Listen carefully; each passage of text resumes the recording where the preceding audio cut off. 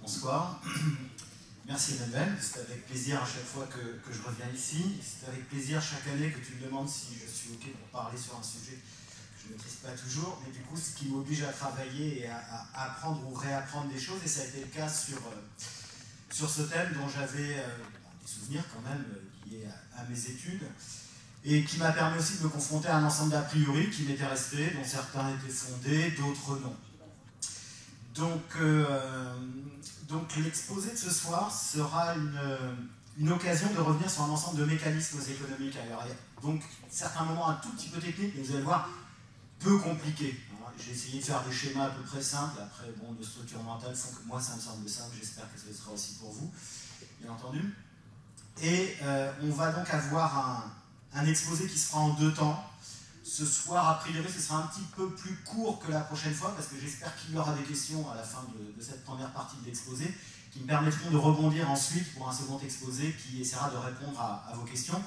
Mais schématiquement, ce qu'on va voir ce soir, c'est l'état de la France, enfin, non pas l'état de la France, mais l'état du capitalisme français au moment où survient la Grande Guerre.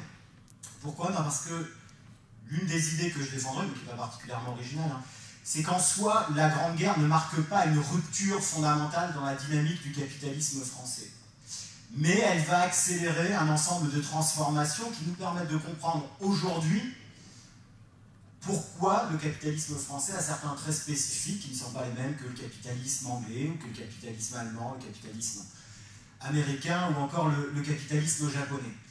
Je fais partie d'un courant de pensée en économie qui considère que les institutions, c'est-à-dire le cadre social, politique et historique dans lequel se développe le marché, fait que les marchés nationaux se développent suivant des logiques qui sont contraintes par un contexte historique, et qui permet de comprendre que le capitalisme est un système qui s'adapte à beaucoup de configurations très différentes les unes des autres. Le développement du capitalisme chinois en est un excellent exemple.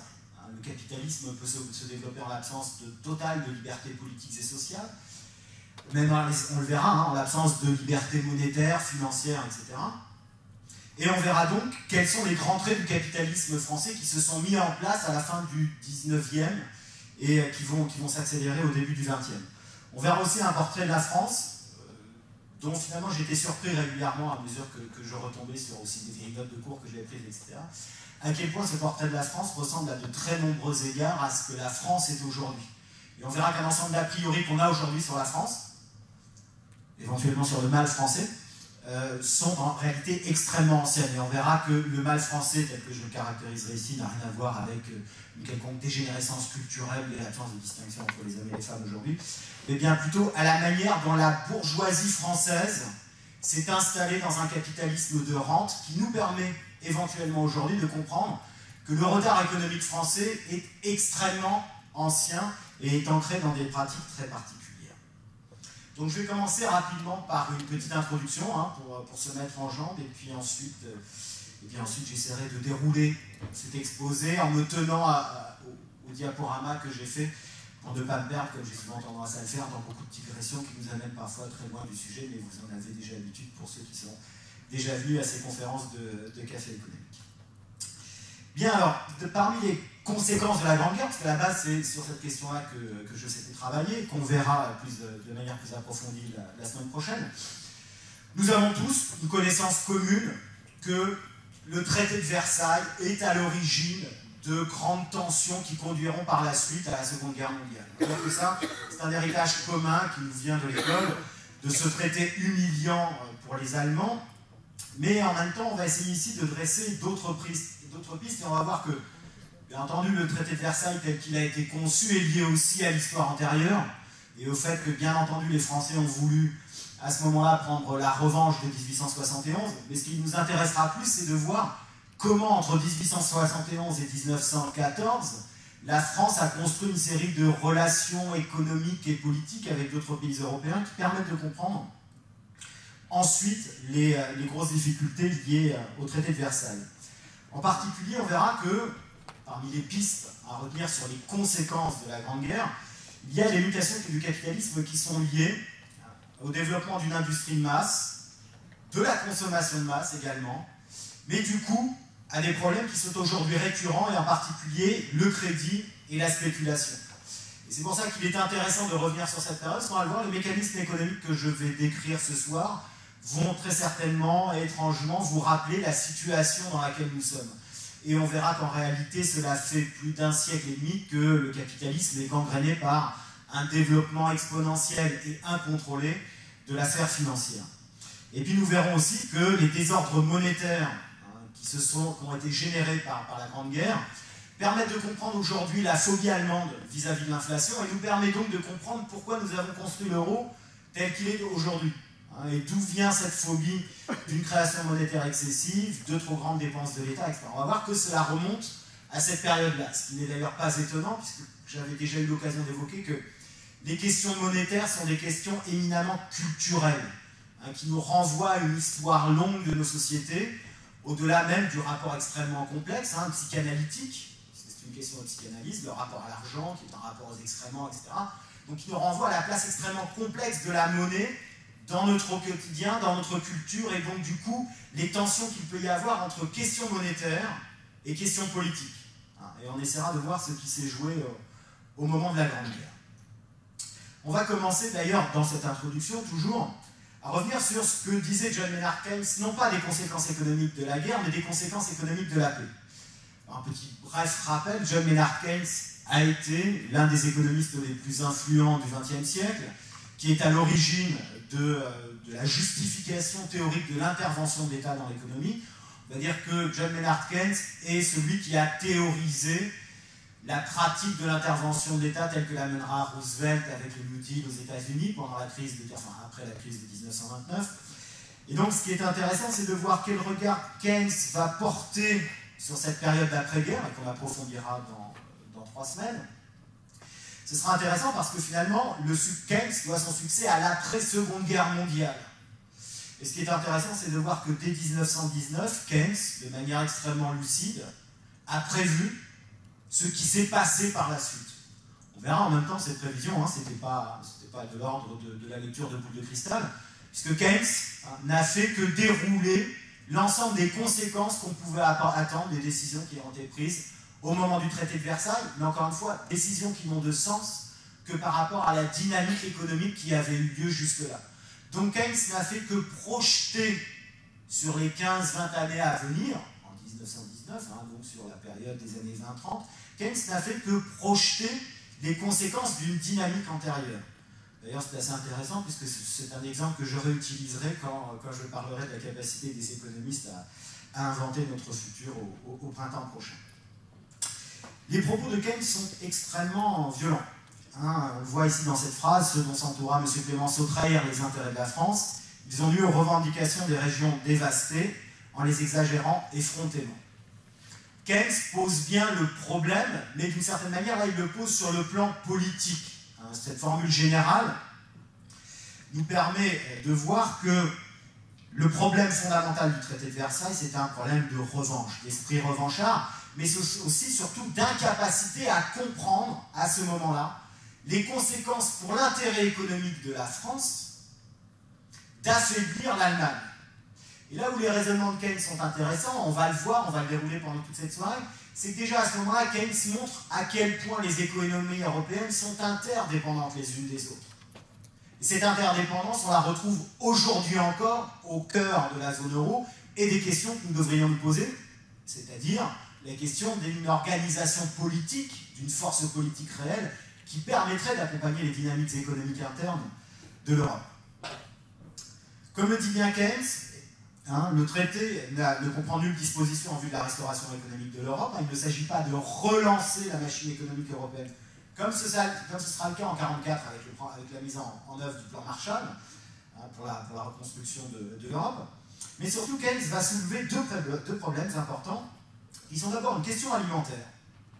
Question alimentaire qui est liée à la destruction des infrastructures de transport en Europe, mais aussi qui est liée à la destruction des terres arables, etc., qui font, on le verra, que la productivité agricole européenne a extrêmement chuté, et Keynes voit dans ces troubles, dans les problèmes alimentaires, des sources potentielles de mouvements révolutionnaires.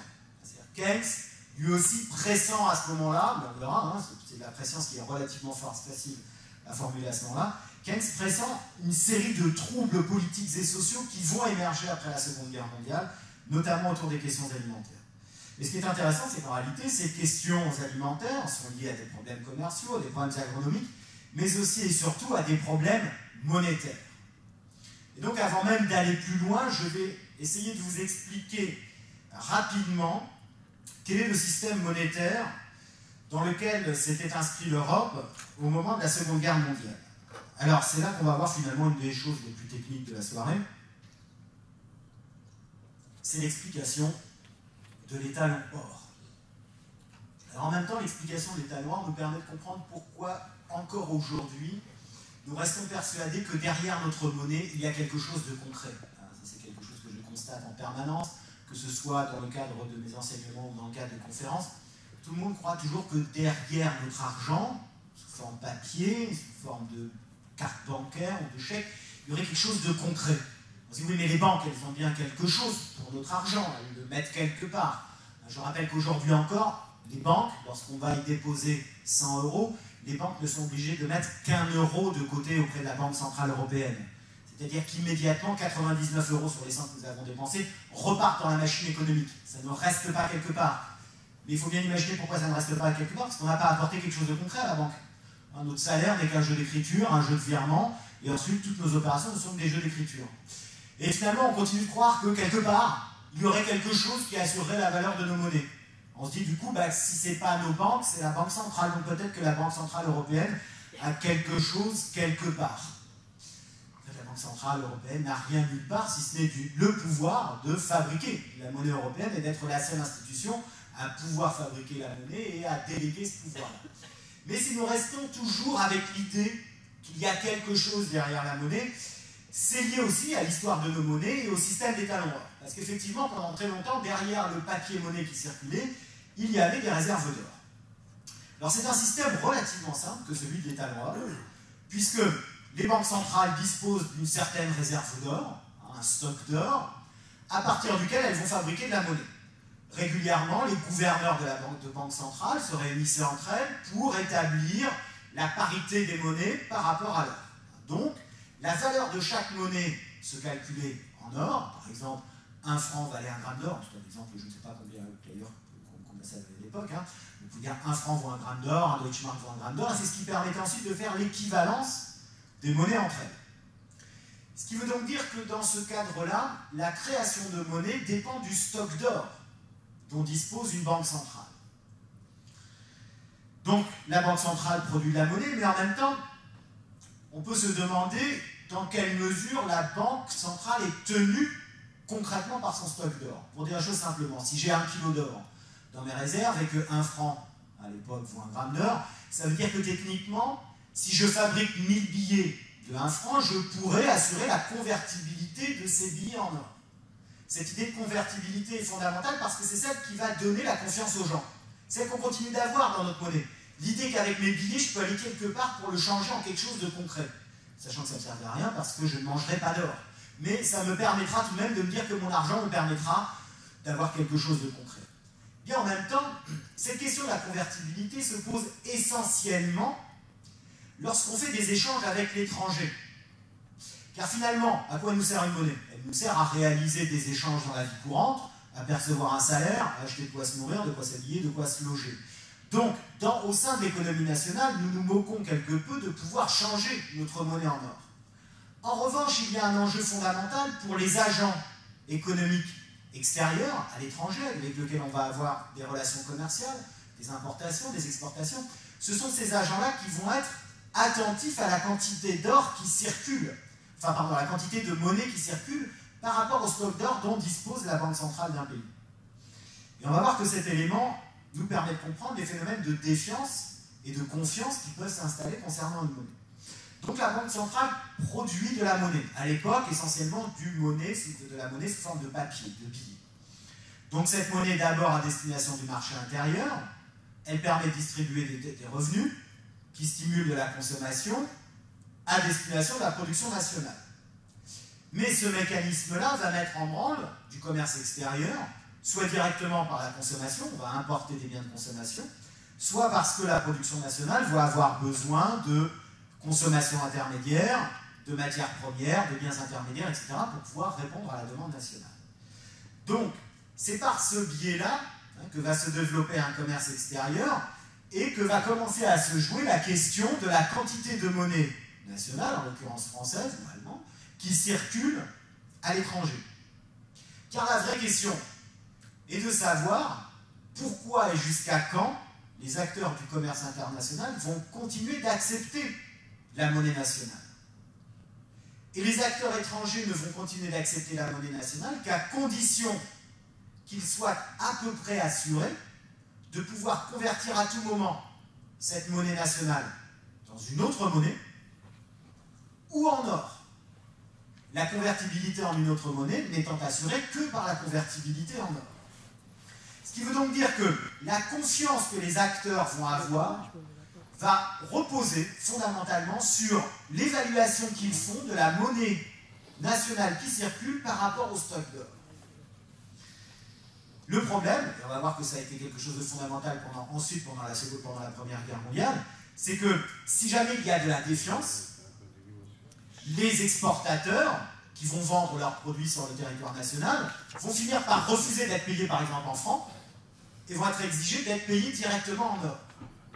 Ce qui veut dire que si jamais une banque centrale produit trop de monnaie, autrement dit qu'elle produit trop de billets par rapport au stock d'or qu'elle a, les agents économiques extérieurs vont finir par demander un paiement direct en or, ce qui va bien entendu progressivement réduire les réserves de la banque centrale en or. Si de plus en plus de paiements sont exigés directement en or, la banque centrale va devoir puiser dans ses réserves d'or pour pouvoir régler le commerce extérieur. Or, on le voit, ce mécanisme va aggraver l'écart entre la quantité de monnaie qui a été fabriquée et le stock d'or détenu par la banque centrale. Et à ce moment-là, on rentre dans un cercle vicieux. Cercle vicieux qui ne peut être brisé que par le développement des exportations qui, en contrepartie, vont faire, elles, rentrer de l'or à l'intérieur du pays. Alors, si je fais ce détour technique, c'est pour comprendre que, bien entendu, pendant leur effort de guerre, la plupart des grands États européens vont produire plus de papier-monnaie qu'ils n'en avaient produit jusque-là, et ils vont aussi utiliser une grande partie de leur stock d'or pour continuer de s'approvisionner, essentiellement auprès des États-Unis, et on va le voir en partie auprès de l'Amérique latine, pour pouvoir continuer à s'approvisionner en matières premières, en biens agricoles, etc. Et ce qui permet de comprendre du coup pourquoi on va avoir un problème monétaire à la fin de la Première Guerre mondiale. Donc, on le voit, ce qui va être déterminant, c'est la quantité de monnaie en circulation, la balance commerciale, la confiance des agents. Et on va prendre un exemple concret pour comprendre la situation dans laquelle va se retrouver l'Allemagne à la fin de la Première Guerre mondiale. On estime que, entre 1914 et 1918, l'Allemagne a multiplié par 10 la quantité de Deutschmark sous forme de papier en circulation. Ce qui veut dire que, compte tenu aussi de l'évolution des autres monnaies, le Deutschmark avait perdu, grosso modo, on estimait qu'à ce moment-là, en 1918, on estime qu'il a perdu 8 fois sa valeur. Ce qui veut dire qu'il faut 8 fois plus de Deutschmark pour continuer d'acheter ce qu'on a acheté auparavant. Mais dans le même temps, au niveau international, les prix étaient fixés en or. Ce qui permettait ensuite, une fois qu'on avait fixé le prix des céréales, le prix des matières premières, etc. en or, ce qui permettait une conversion facile de ce prix en monnaie nationale. Or, pendant la même période, les prix mondiaux en or ont été multipliés par 2. Ce qui veut donc dire que dès 1918, l'Allemagne va se retrouver dans une situation où le prix des biens importés est tout simplement multiplié par 16. Le Deutschmark a perdu 8 fois sa valeur, donc ce qu'on achetait avant pour un prix fixé pour 8 fois plus de Deutschmark, vaut en même temps 2 fois plus en or, donc 2 fois 8, 16, ce qui permet de comprendre en même temps que l'économie allemande est extrêmement fragile au sortir de la Première Guerre mondiale. Et c'est pour ça que Keynes va affirmer que le traité de Versailles est un traité totalement absurde, parce qu'il va fragiliser en particulier l'économie allemande, qui déjà était extrêmement fragile. Or, ce problème, c'est que ça va avoir des conséquences très importantes pour l'Allemagne, puisqu'on le voit, il y a eu une baisse de 40% de la productivité dans la culture de céréales, il y a une baisse de 55% de la productivité en termes de bétail, ce qui veut dire que littéralement l'Allemagne va être affamée au sortir de la guerre, mais l'Allemagne n'aura pas non plus les moyens d'importer les biens agricoles de l'extérieur, à cause de la perte du pouvoir d'achat du Deutschmark, ce qui va renforcer les crises alimentaires en Allemagne. Et ce qui fait que le traité de Versailles, au-delà même d'être un traité revanchard, reprendre l'Alsace et la Lorraine, prendre une partie de la production houillère de la Ruhr, etc., au-delà de ça, le traité de Versailles en soi va conduire à l'effondrement une économie qui était au bord du gouffre. Et elle va le conduire au bord d'un effondrement sur ses bases économiques, à savoir la production, enfin, l'accès à l'alimentation, ce qui va du coup fragiliser, bien entendu, socialement l'Allemagne, et ce qui va laisser des marques pendant très longtemps dans les questions politiques allemandes. Mais du coup, également, compte tenu de la chute du pouvoir d'achat du Deutschmark, l'Allemagne ne va pas non plus, non seulement pouvoir importer des biens agricoles, mais non plus des biens industriels. Ce qui veut dire que l'Allemagne ne sera plus un débouché pour la production industrielle anglaise ou française. En n'aidant pas l'Allemagne, la France et l'Angleterre se privent de leurs débouchés économiques et donc cassent leur propre reprise économique. On peut se dire, mais c'est un raisonnement extrêmement simple, hein. On voit, il n'y a pas besoin d'être grand clair, ni d'avoir fait des études extrêmement longues en économie. C'est d'ailleurs tout l'avantage de John Maynard Keynes, c'est que la plupart de ces raisonnements sont relativement simples à comprendre, même si bien entendu derrière il y a tout un appareillage théorique, hein, un peu complexe. Mais en réalité on le voit, ça, déjà dès 1919, on savait ce qui était en train de se mettre en place. Du coup, on est dans une période inflationniste importante, il y a la création monétaire, mais de surcroît, ces phénomènes vont être renforcés par des déficits budgétaires importants. L'Allemagne va être victime d'une surcréation monétaire, la France, elle, va être victime de son incapacité à prélever un impôt, puisque c'est là qu'est véritablement la question française. En 1919, les recettes fiscales attendues par l'État français correspondent grosso modo à la moitié des dépenses qui sont engagées. Le problème n'est pas à ce moment-là que l'État français dépense trop. Ses efforts de dépenses sont relativement modestes par rapport au produit intérieur brut, on est de l'ordre de 10 ou 12% de dépenses publiques, ce qui est extrêmement faible par rapport à la situation actuelle où on est au-delà des 50%. On le voit, le cadre n'est pas le même. Et pour financer tout simplement ce déficit, on va envisager d'émettre des emprunts, comme on a toujours su le faire en France, donc on va financer par l'emprunt, ce qui n'est pas loin de nous rappeler la situation actuelle, l'État s'endette sur les marchés au lieu de faire de la création monétaire, et on pourrait se dire qu'éventuellement c'est mieux, sauf que, et ça va nous permettre de comprendre la dynamique de l'économie française, le fait de couvrir les dépenses publiques par l'emprunt va renforcer le poids de la bourgeoisie financière française. Et on le verra, ça va renforcer le poids d'une classe de rentiers qui s'était déjà formée pendant le dernier quart du 19e siècle. Or, le problème, c'est que, on va le voir, l'augmentation du poids économique de cette bourgeoisie financière, cette bourgeoisie de rentiers, va se traduire aussi par un poids économique accru qui permettra de comprendre, on le verra dans 3 semaines, et ça nous permettra de comprendre pourquoi l'État français a fait n'importe quoi face à la crise de 29. Et on verra également que ça a été le cas aussi en Angleterre, parce que la réaction des gouvernements a été, face à la crise des 29, la réaction de gouvernements sous influence d'intérêts des rentiers. Et ce n'est pas sans rappeler la période actuelle, puisque la politique économique que nous menons actuellement n'est pas une politique économique de croissance, mais uniquement une politique économique de remboursement de la dette pour assurer les revenus des rentiers qui ont investi dans la dette publique. Le problème, c'est que du coup, ça va nuire à l'investissement dans l'économie réelle, dans la possibilité de retrouver de la croissance. Or, et c'est là qu'on voit comment on se met dans un cercle vicieux à cause de choix politiques. Si l'économie française, à ce moment-là, avait fait le choix d'investir dans la croissance, cela aurait réduit l'écart entre la quantité de monnaie qui circule et la quantité de biens qui circulent. Parce que l'inflation est d'autant plus importante qu'il y a beaucoup de monnaie qui circule et peu de biens. Bien entendu, plus on a de moyens monétaires pour acheter des choses et moyens de choses, plus les prix de ces choses ont tendance à augmenter. Et l'un des meilleurs moyens de lutter contre l'inflation, ce n'est pas de réduire la quantité de monnaie qui circule, c'est d'augmenter la quantité de biens et services qui circulent et que les gens désirent acheter. Donc, ne pas se lancer dans une politique de croissance n'a fait que renforcer les effets inflationnistes du déficit budgétaire. Bien entendu, certains pourront soulever des approches totalement différentes de cette perspective. La perspective étant délibérément keynésienne et interventionniste. Donc, de surcroît, investir dans la croissance, on peut relancer les exportations, faire rentrer de l'or, donc réduire les tensions inflationnistes qu'on a vues juste avant, et puis en même temps, si l'économie française avait fait à ce moment-là le choix d'investir dans la croissance, non seulement ça aurait fait de la croissance en France, mais ça aurait augmenté les débouchés pour ses voisins, pour l'Angleterre, pour l'Allemagne, qui, elles aussi, auraient du coup retrouvé plus rapidement la croissance. L'Allemagne aurait donc du coup retrouvé beaucoup plus rapidement sa capacité à payer des réparations.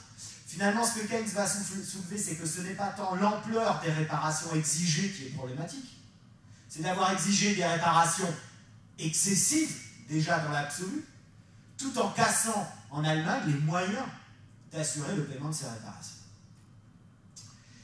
Mais ce qui est important, c'est que tous ces phénomènes ne sont pas liés à la Grande Guerre. Ils résultent de mécanismes qui sont mis en place en réalité au cours du siècle précédent. Et c'est donc, au cours de ces deux séances, une exploration historique des causes antérieures et des conséquences ultérieures que nous verrons aujourd'hui, enfin aujourd'hui et dans 3 semaines, avec un premier temps aujourd'hui pour remonter en amont.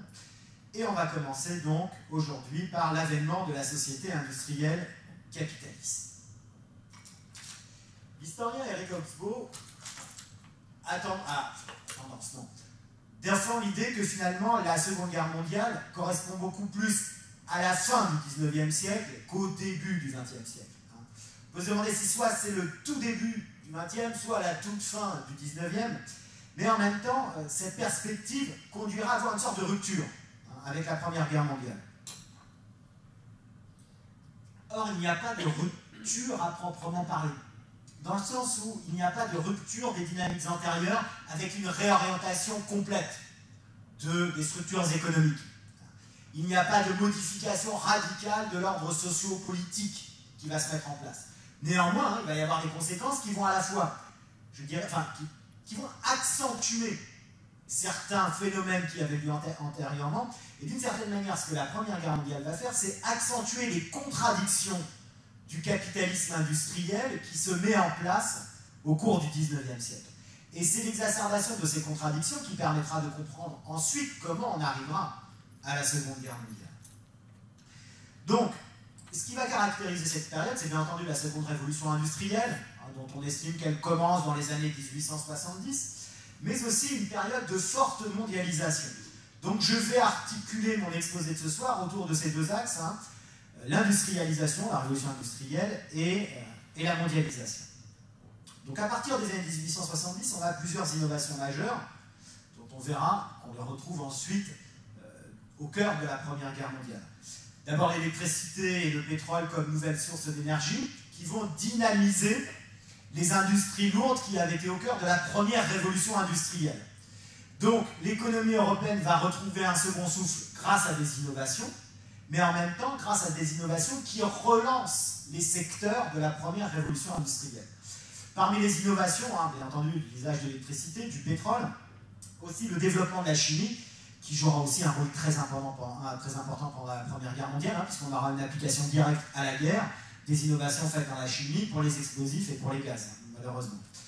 Développement des chemins de fer et de la navigation, qui vont jouer un rôle essentiel pour développer à la fois des structures commerciales à l'intérieur des économies européennes, et on va voir que ça a eu un impact sur la réorganisation de la structure économique des pays européens, et en même temps, qui ont permis le développement du commerce international, surtout la navigation, avec une forte baisse des coûts de transport qui sont liés notamment à l'utilisation des bateaux à vapeur, etc.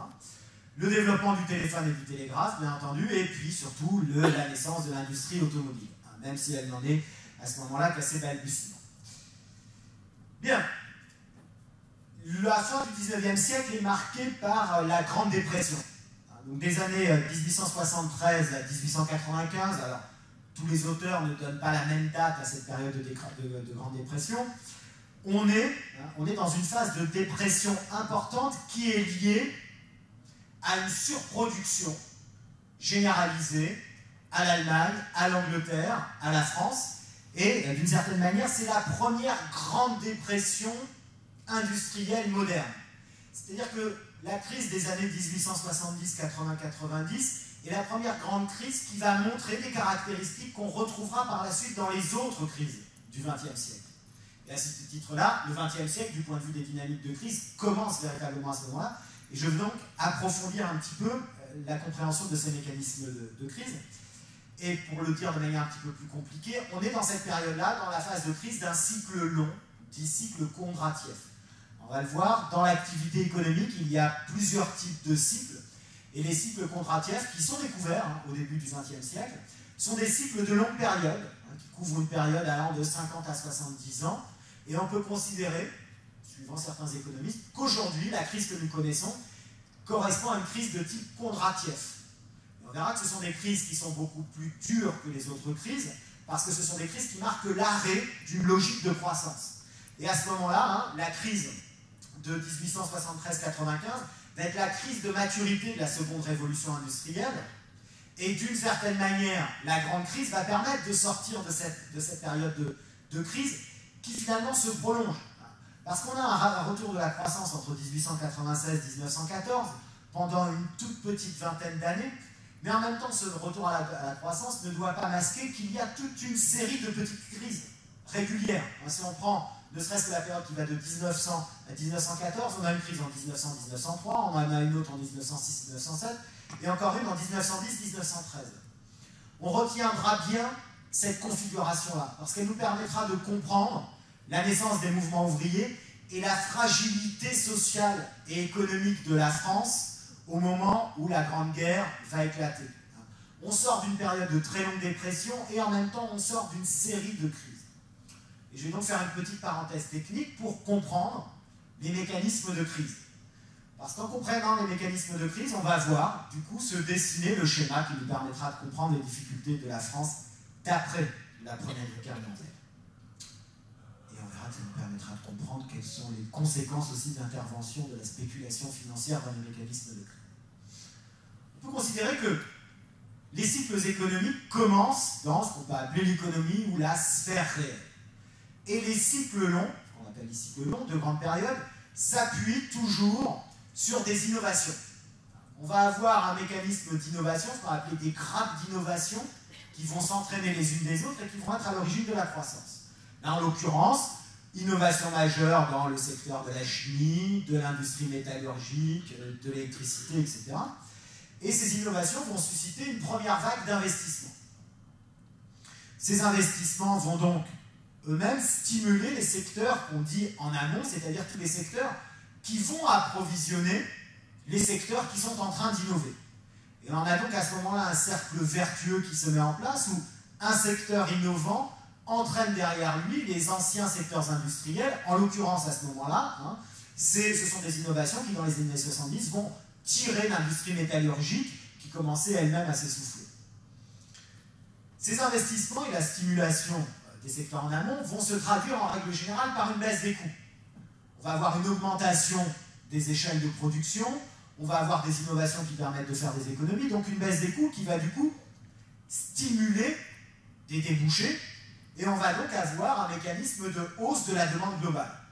Il va y avoir de l'emploi, l'apparition de nouveaux produits, une baisse des coûts de production qui va stimuler la demande.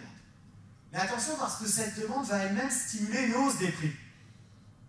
Parce qu'en règle générale, et là il faut bien avoir ça en tête, la demande globale dont il est question ici, c'est d'une part la demande des consommateurs, mais c'est aussi la demande des industries qui ont des besoins en matières premières, en machines, etc. Et c'est donc cette mise en œuvre d'une dynamique positive de croissance qui va stimuler une hausse des prix. Et attention, cette hausse des prix a un impact positif a priori sur l'économie. Car c'est toujours la hausse des prix qui va stimuler la production. C'est la hausse des prix qui va entraîner les investisseurs à faire des investissements conséquents avec une espérance de rentabilité. D'autant plus que ces mécanismes, qu'on dit de surchauffe de la machine économique, peuvent être compensés en partie par les gains de productivité qu'on a vus juste avant, par la baisse des coûts de production. Il y a donc un équilibre qui va se créer entre d'un côté une mécanique de baisse des coûts de production et de l'autre une mécanique d'accélération de l'activité économique qui tend à faire augmenter les prix. Du coup, les agents économiques vont commencer à former des anticipations de croissance. Je constate la croissance, je constate des innovations, donc je vais anticiper de la croissance, ce qui va me conduire, si je suis investisseur, à investir, bien entendu. Ce sont donc les anticipations de la croissance qui vont stimuler les investissements, qui vont en retour à nouveau stimuler la hausse des capacités de production et qui vont stimuler la hausse des prix. On a donc un mécanisme qui se met en place et qui est auto-entretenu. Un élément nouveau va apparaître à ce moment-là et qui va se développer d'autant plus dans cette période de la fin du 19e siècle et qui va s'accélérer ensuite au 20e siècle, c'est le rôle joué par le crédit. Au fur et à mesure que la croissance s'accélère, que les perspectives de rentabilité des investissements s'améliorent, les agents économiques vont avoir tendance à s'endetter pour pouvoir financer les investissements. Or, ce crédit va stimuler donc la création monétaire. Car à chaque fois que je contracte un crédit, la banque crée de la monnaie qu'elle me prête, que je réinjecte dans le circuit économique avant de le rembourser. Et on voit donc ici se mettre en place des mécanismes qui permettent de comprendre comment, dans une période de croissance économique, les prix ont tendance à augmenter. Et là, se pose, dans toutes les phases de croissance, une question cruciale. Question cruciale à laquelle l'Europe du 19e siècle n'a pas réussi à répondre. Et c'est un problème que va soulever Keynes en 1919. Ce que Keynes va dire, c'est que finalement, la crise économique que connaît l'Europe au sortir de la guerre n'est que la conséquence de l'ensemble des mécanismes qui se sont mis en place et qui permettent de comprendre cette crise à cause d'un phénomène de suraccumulation de capital. On investit trop par rapport à l'augmentation des salaires et du pouvoir d'achat des populations. Car la question fondamentale, c'est de savoir si la demande intérieure et internationale suit le rythme des investissements. Et c'est là tout le problème de la croissance économique en régime capitaliste, c'est que cette croissance repose sur une articulation, un équilibre instable entre croissance de la production et croissance du pouvoir d'achat des salariés. Et ce que l'Europe ne comprend pas au cours du 19e siècle, c'est tous les enjeux qu'il y a dans la hausse de salaire. Pour le dire simplement, il faudra attendre la Seconde Guerre mondiale pour que l'ensemble des États industriels prennent pleinement conscience de la nécessité de mettre en œuvre des politiques de hausse régulière des salaires. Et on verra que ça s'est fait dans un cadre politique très particulier. Il y a un seul pays qui avait compris qu'il y avait intérêt à développer le pouvoir d'achat des salariés. Ce pays, sous Bismarck, c'est l'Allemagne. L'Allemagne qui, comme je l'avais expliqué l'année dernière, va être le premier pays à mettre en place un système de protection sociale qui va garantir aux ouvriers, et on verra le rôle que ça a joué dans la dynamique économique allemande, qui a garanti aux ouvriers un minimum de protection sociale qui réduit les incertitudes des salariés et qui stimule donc leur comportement de consommation. Et c'est ce qui a permis à l'Allemagne d'enclencher un processus de croissance dont on va le voir qu'il est fondé à la fois sur un marché intérieur et sur un marché d'exportation. Et c'est ce qui permet de comprendre pourquoi, dès la seconde moitié du 19e siècle, l'Allemagne va commencer à faire peur. Comment la finance rentre-t-elle en jeu à ce moment-là? Donc on est dans l'économie réelle, à la base, on a des innovations, de l'investissement, et de son côté, la sphère financière va spéculer sur le mouvement de croissance. Cette spéculation va se faire à la fois sur les nouveaux produits qui émergent et sur la croissance future. Les mécanismes spéculatifs font que nécessairement il y a des emballements et la création de bulles spéculatives. Or, comme on vient de le voir sur la diapositive précédente, la dynamique de croissance passe aussi par des phases de ralentissement. On a une phase de croissance, on investit trop, puis tout à coup on manque de débouchés, la machine se ralentit jusqu'à ce qu'on trouve de nouveaux débouchés, et jusqu'à ce que la machine se remette en marche, etc. Ce qui veut dire que dès qu'il va y avoir à la fois une hausse de la demande globale et des prix, ça va stimuler un emballement de la bulle, des bulles spéculatives, mais en même temps, dès qu'il va y avoir un ralentissement dans le cycle, il va y avoir une réaction inverse, avec une révision des anticipations à la baisse. Et c'est tout le problème des marchés financiers que de toujours surenchérir sur les mouvements de l'économie réelle.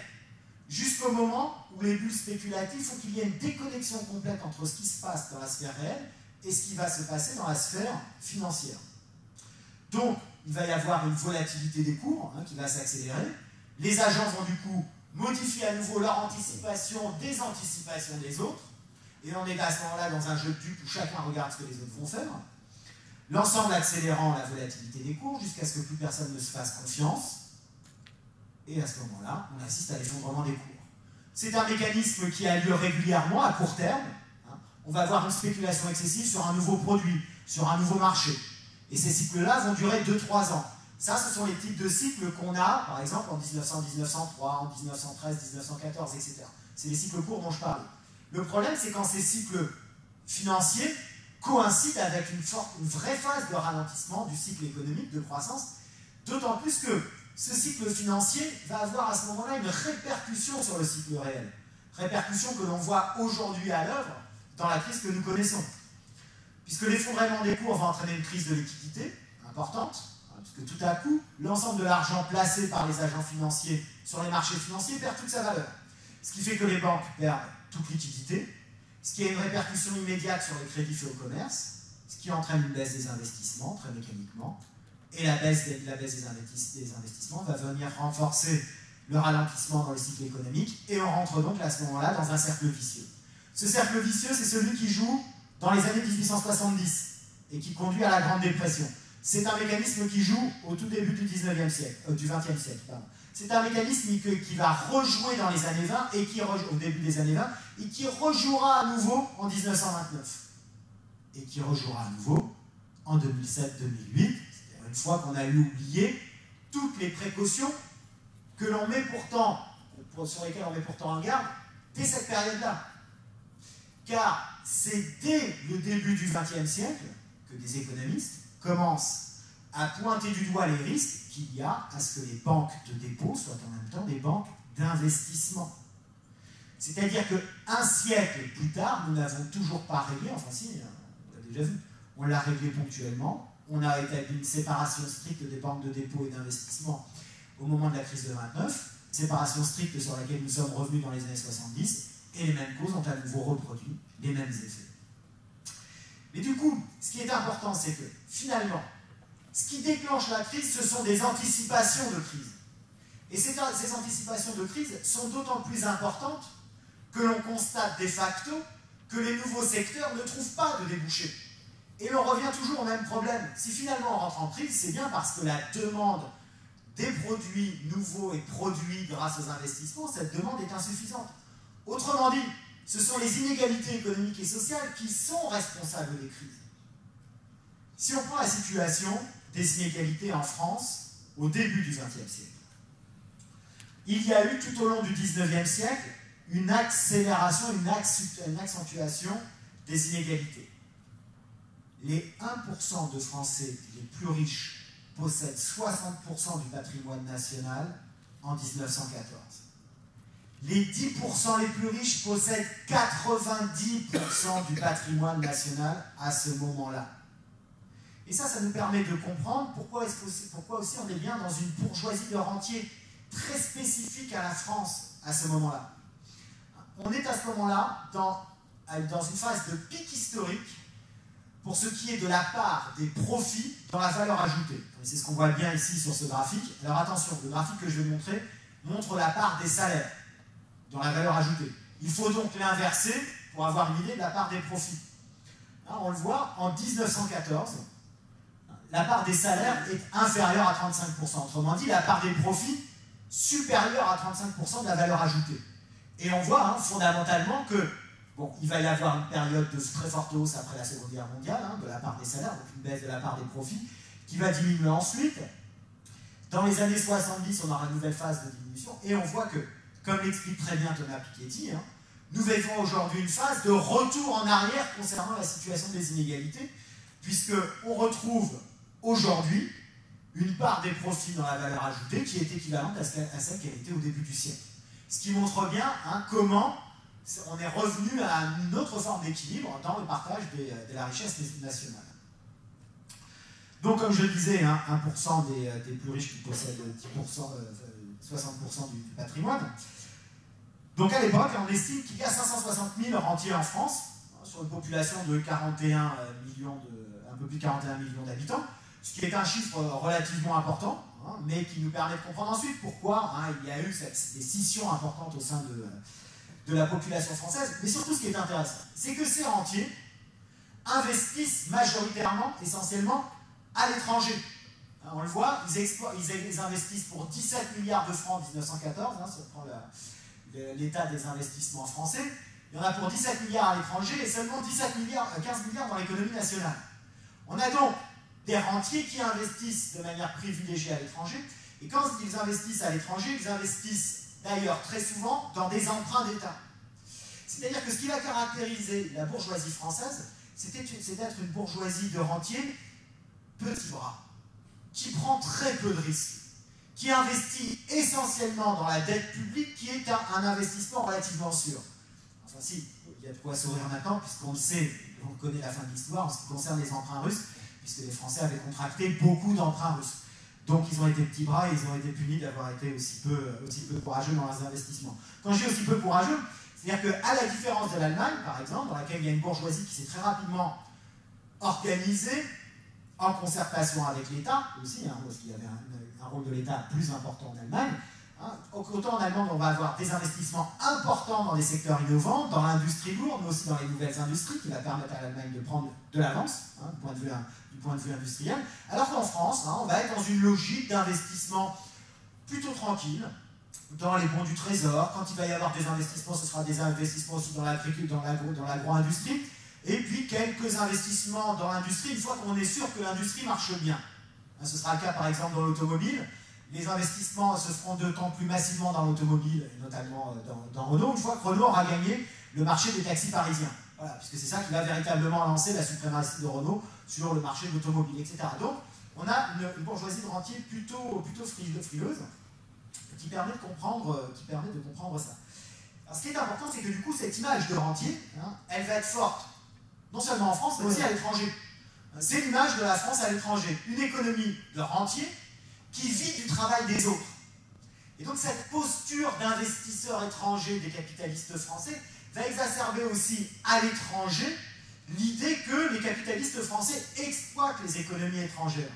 Exploitent non seulement l'économie allemande, et ce sera donc du coup, ces ressentiments vont prendre une importance capitale après le traité de Versailles, cette impression que du coup, la France déjà avant 14 exploitait les richesses allemandes, non pas toutes les richesses allemandes, mais l'économie française vivait en partie des investissements faits dans la roue, etc. Mais il faut attention à le nuancer parce que l'essentiel des investissements français se faisait en Russie. Et donc il y avait les emprunts russes, il y a eu des investissements dans les chemins de fer dans l'Oural, etc. Parce qu'il y avait un partenariat assez fort entre la France et la Russie qui était lié à la volonté de la France de sortir de l'isolement où l'avait conduit Bismarck après la défaite de 1871. Hein, mais je reviendrai dessus par la suite. Hein. D'ailleurs, c'est ce que je dis ici, rapidement, puisque c'était en fait sur la diapo. Et ce qui est intéressant, c'est que cette image de rentier est d'un capitalisme frileux qui préfère vivre sur ses acquis industriels. Ce qui est très intéressant, c'est quoi cette image-là?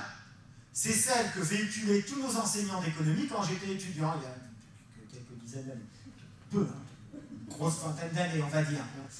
C'est exactement l'image qu'il y avait à ce moment-là. Je me souviens un des bouquins qui faisait fureur à l'époque, c'était un bouquin de Claude Michelet qui s'appelait Capitalisme contre capitalisme, dans lequel on commençait à prendre conscience de la différence du capitalisme nippon, du capitalisme rhénan, du capitalisme français, etc.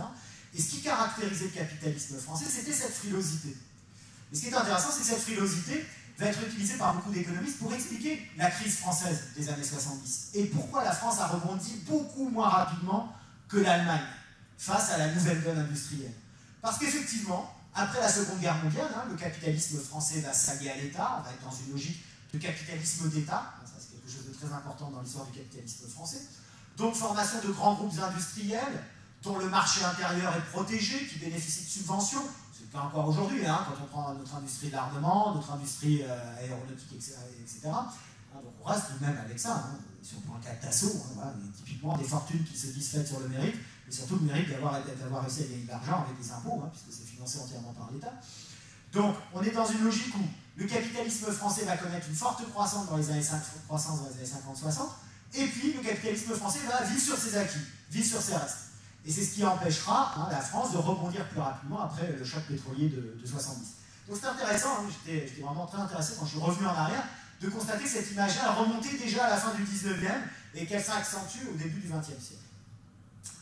Donc du coup, on vient de parler de cette industrie, mais quelle est exactement l'industrie française et est-elle vraiment en retard? Alors, pour la première fois en 1913, l'industrie dépasse l'agriculture dans le revenu national français. Donc, attention, hein, on parle de seconde révolution industrielle dans les années 1870, etc., mais l'industrie ne devient le premier secteur de l'économie française qu'en 1913. Et à ce titre-là, c'est une avancée qui est plus tardive que celle de l'Angleterre et de l'Allemagne. Ça se retrouve d'ailleurs lorsqu'on regarde comment était répartie la population française. En France, on a 44%, en 1914, 44% de la population qui est une population urbaine, donc une minorité de Français qui vivent dans les zones urbaines et industrielles, alors qu'en Angleterre, déjà à ce moment-là, hein, on est à 60%, 70% en Angleterre, à 60% en Allemagne. Ces chiffres de la répartition de la population entre zones urbaines et zones rurales montrent bien également un phénomène de concentration urbaine, d'agglomération urbaine beaucoup plus important en Allemagne et en Angleterre. Et ça permet de comprendre aussi qu'il y a une concentration tardive de l'industrie française. Aussi bien en Angleterre qu'en Allemagne, il y a un mouvement rapide de la concentration industrielle, à la fois au niveau géographique, c'est-à-dire que l'industrie se développe dans des bassins industriels dans lesquels se mettent en place de fortes interactions entre des entreprises du même secteur, ce que les économistes aujourd'hui analysent comme ce qu'on appelle des économies d'agglomération. Plus des entreprises du même secteur sont proches géographiquement les unes des autres, plus il y a de diffusion des innovations, plus il y a une réduction des coûts et plus le rythme de croissance de ces zones géographiques est accéléré. Mais aussi, un des retards de l'économie française à ce moment-là, c'est un retard dans la concentration du capital. On a un capitalisme de rentier, mais on n'a pas encore un capitalisme industriel important tel qu'il va se développer par exemple en Allemagne. Dès les années 1860-1870, en Allemagne, se sont développés des cartels, c'est-à-dire des ententes entre grands groupes industriels. Et ce qui est important, si on reprend l'histoire de l'Allemagne, c'est que ces grands groupes industriels vont être des groupes sectoriels. Dès la seconde moitié du 19e siècle, l'Allemagne va se développer dans une logique très territoriale, ce qui permettra de comprendre ensuite l'efficacité des Länder allemands. Donc on a une logique de concentration territoriale et d'organisation de l'économie par secteur, par branches industrielles. Et ce qui est important, c'est que cette organisation par branche industrielle va favoriser l'accumulation de capital, ça va favoriser l'innovation, parce qu'en règle générale, les cartels prennent en charge une partie des frais de recherche et développement. C'est encore aujourd'hui le cas en Allemagne. On est dans une logique de négociation salariale par branche, avec une logique d'intégration des syndicats, des associations ouvrières, par la suite des syndicats, dans les négociations de branches.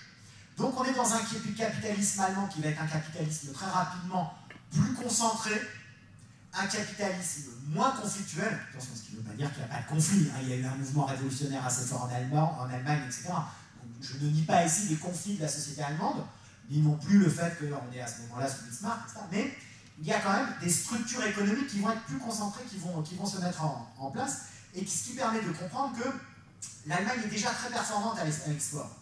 Ce n'est pas un phénomène récent que cette domination allemande sur les marchés d'exportation. C'était déjà le cas dès la fin du 19e, début 20e. Et ce qu'il faut bien avoir en tête, c'est que l'Angleterre elle-même commence à s'essouffler.